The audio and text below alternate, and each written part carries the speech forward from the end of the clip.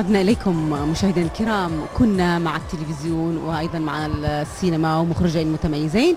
الآن سنتجه إلى المسرح، إلى أبو الفنون، ولكن هذه المرة سيكون ضيفي هو سعيد البوسعيدي من فرقة مسرح الدن للثقافة والفن، وهو أيضا مخرج لهذه الفرق. وإحنا سعيدين جدا بتواجدك معنا هذا المساء، وإن شاء الله تكون مساءنا اليوم مميز بطلتك البهية وبما تقدمه أيضا من أعمال في هذا الشهر المبارك، شهر رمضان. أنا طبعا أسعد بتواجدي معكم هنا. شكرا للأستاذة، شكرا لجيفر ولأحمد والأستاذ المخرج. أتمنى أنه يكون مساء جميل، خاصة في هذه الأجواء جدا طيبة في هذا المكان الجميل يعني. هو بالفعل احنا من خلال مسائنا لليوم راح نحس نفسنا، احنا بالفعل يعني نحس نفسنا كنا على خشبة المسرح. لكن في البداية ايش رايك تحلي شوي، نغير من روتين البرنامج ايضا، يعني تدريب مع الازعاج. حلو الواحد يحلي، صح؟ انا صراحة مشتهي بس باخذ بعد الفاصل. تفضل. شكرا.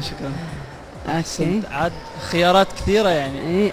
ما شاء الله. عادي، حتى اذا تريد كل 5 دقائق ناخذ بريك تجرب لك واحدة. شكرا. سعيد، طبعا من خلال فرقة الدن للثقافة والفن المسرحية، مجموعة من المسرحيات طبعا اللي شهدتها أرض السلطنة. إبداعاتكم ما كانت بس على المستوى المحلي، أيضا على مستوى الدولي. دائما متواصلين في مسرحياتكم أيضا من خلال مختلف ولايات ومحافظات السلطنة. خلينا نتكلم عن أبرز العروض الرمضانية وأبرز الفعاليات اللي راح تكون في الشهر الفضيل.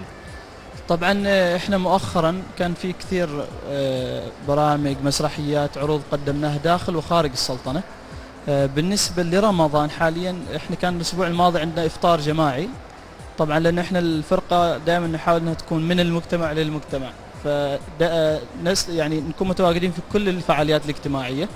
فكان عندنا فطور جماعي يوم الاربعاء الفائت. حاليا احنا مشتغلين عاد لنا كم شهر، بحكم مؤخرا فزنا بعرض افضل عرض متكامل في مهرجان المسرح العماني. طبعا احنا ممثلين للسلطنة في مهرجان مسرح الخليج القادم، لذلك احنا الحين كم شهر وحاليا مستمرين في البروفات. طبعا اتوقع الحين خلاص الشباب موجودين في التدريب، وقتهم بعد الافطار وقتهم التراويح. انا بعيد اليوم. فتحضيرات مسرحية البئر للمشاركة في مهرجان المسرح الخليج اللي يكون في صلالة ان شاء الله. متى راح تكون المسرحية ان شاء الله؟ عرضنا احنا حسب ما اذكر تاريخ 14/9 بالضبط، يوم الجمعة. بيكون في محافظة ظفار في ولاية صلالة. مع الأجواء الخريفية. مع الأجواء الخريفية أكيد. طبعا احنا سعيدين أنه في صلالة، بحكم أنه هذا المهرجان يعتبر أهم مهرجان في الخليج. مهرجان جدا ضخم يعني، فحلو أن احنا نستقطب أخواننا الخليجيين يحضروا. الجو جدا رائع في صلالة، نستمتع معهم بالأجواء هذه ونستمتع معهم بتبادل الخبرات في المسرح. جميل حتى انه يعني السلطنة يكون في بصمة في المسرح، لانه عادة يمكن الظاهر هو الدراما التلفزيونية اكثر والبرامج اللي مشاهدة، ولكن المسرح كان يعني كثير من الناس يتساءلوا وين المسرح في السلطنة، الى اي مستوى وصل. هو هذا السؤال دائما يطرح، لكن انا اتوقع خلاص يعني احنا وصلنا لمرحلة المسرح العماني ثبت اقدامه. يعني مؤخرا ما بس فرقة مسرح الدن، يعني كثير فرق عمانية طلعت خارج السلطنة وفازت بجوائز دولية وعالمية. يعني احنا مؤخرا من كم شهر فزنا في المغرب العربي بجائزة افضل عرض متكامل بمشاركات دولية. يا سلام. يعني بعض المشاركات كانت من اوروبا، من افريقيا، من اسيا. فاحنا جبنا افضل عرض متكامل.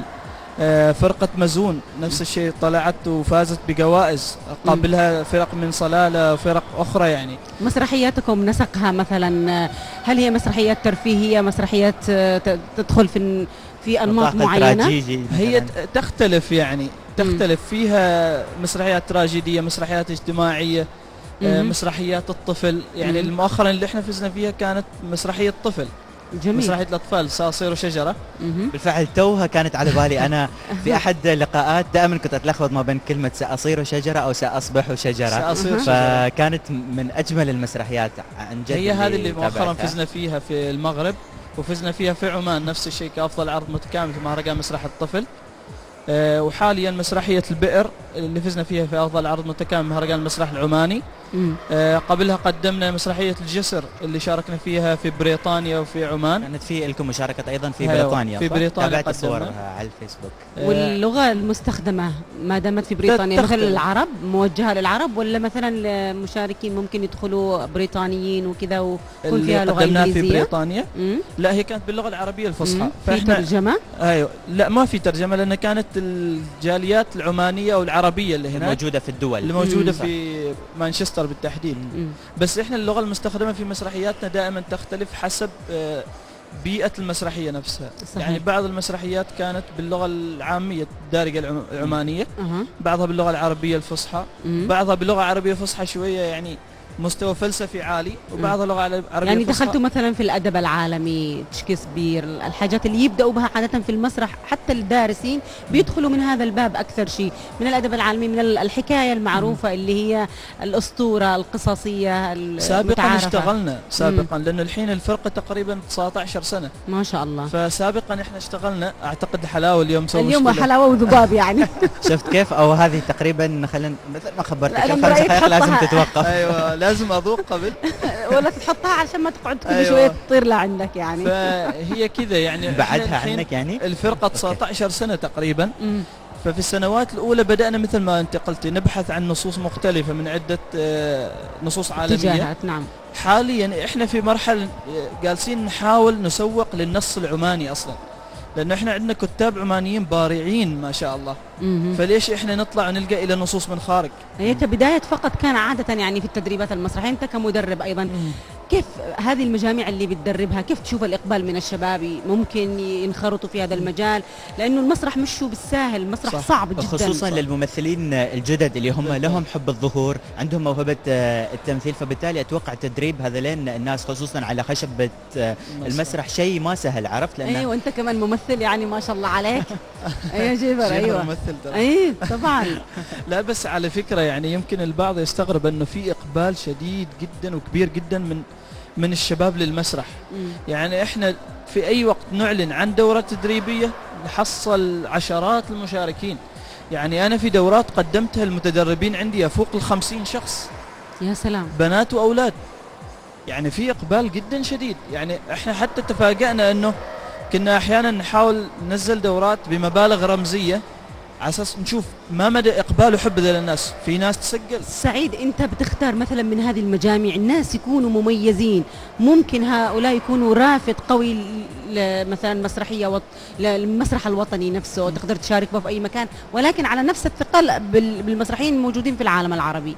احنا عندنا في نظام في الفرقه سنوي، من غير انه لما نشوف اي ممثل بارع في اي عرض دائما نلقى ان نستعين فيه، نحاول ان نظهر هذا الشخص.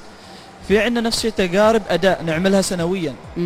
ننزل اعلانات ان في عندنا تجارب اداء، اي شخص يحب يظهر موهبته في التمثيل يجي عندنا نشوف نقيم اداء هذا الشخص، بعدها نتيح له فرصه. وبالفعل احنا الحين قائمين بهذا الشيء. جميل. في اي عمل لنا لازم نعمل قرد من الشخص الجديد.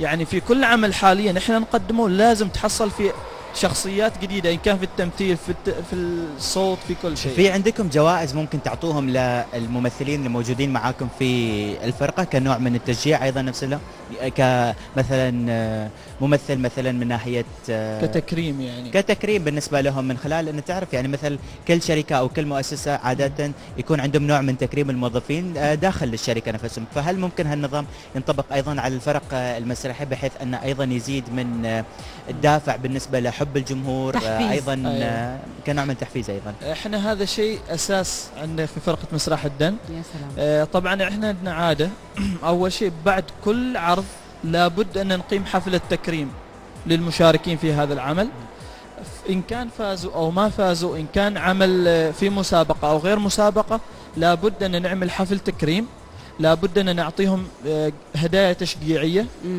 طبعا تتفاوت حسب المتوفر، يعني أحيانا نهديهم هدايا شخصية، وأحيانا نعطيهم هدايا لهم ولعوائلهم حتى. يا سلام. جميل. يعني احنا عندنا في حفل سنوي للفرقة شهر 12 نعمل تكريم لكل أعضاء الفرقة وهدايا لكل فرد ولكل عائلة. وكمان لو في هدايا بتكون أدوار في مسرحيات مثلا مشاهدة عربيا عاد بيكون أحسن، بتكون له مجال وبروز. وهذا اللي جالسين نسعى له. صح. ايضا لما نيجي نتكلم عن الحفلات السنويه عاده اللي تقيموها، عاده يمكن تحتاجوا الدعم من بعض المؤسسات والهيئات تدري في توفير الجوائز سواء كانت مثلا الماديه او ايضا المعنويه. لما نيجي نتكلم عن الدعم، كيف تشوف الدعم بشكل عام؟ والله هو احنا كفرقة مسرح الدن دائما نعتمد ان نسعى ولا نتذمر، لانه اللي يسعى اكيد راح يصل الى الهدف. فاحنا الحمد لله في كل حفل نجد بعض الجهات اللي تساهم، قد تكون بعضها شركات صغيرة وقد تكون بعضها شركات كبيرة، لكن في النهاية احنا نجد ما يغطي الحاجة له، ودائما نسعى. يعني انا الاحظ ان الاغلبية تذمر انه ما في دعم، ما في ناس متساعدنا، ما في كذا. فانا اتوقع انه اللي يجلس ينتظر الدعم راح يوقف وما راح يشتغل. فاحنا شغالين في كل الحالات، يعني كان في دعم او ما في دعم، وفي احيان ندفع من جيوبنا يعني، لكن كله من حبنا لهذا الشيء، لانه في النهايه احنا اكبر دعم حب المجتمع وحب الناس لهذا الفرقه. وايضا من جهه اخرى بالمقابل نشوف النجاح والابداع من خلال مجموعه من المسرحيات مثل ما احنا ذكرنا، وان ذكرت سعيد انه مو بس في السلطنه، عندنا ايضا في الدول العربيه، عندنا ايضا الدول الاجنبيه. يعطيكم الف عافيه، ودائما نتمنى لكم كل التوفيق ان شاء الله، وكل التوفيق لكم في المسرحيه القادمه ان شاء الله اللي راح تكون شهر 9. ولو حصلنا اجازه ان شاء الله راح على طول نجيكم على الخريف ان شاء الله. تشريف، وانا اشكركم صراحه على هذا اللقاء جدا جميل والبسيط في هذه الاجواء الرمضانيه الجميله، خاصه هنا في بعض الاطفال قرن قشوح، يعني مكان جدا جميل صراحه. لقاءنا بك هو الاجمل اليوم ان شاء الله ان شاء الله. يعطيك الف عافيه. كان معنا مشاهدينا الكرام من خلال فرقه الدن للثقافه والفن المسرحي سعيد البوسعيدي كمخرج مسرحي وايضا رئيس لجنه التدريب والتاهيل.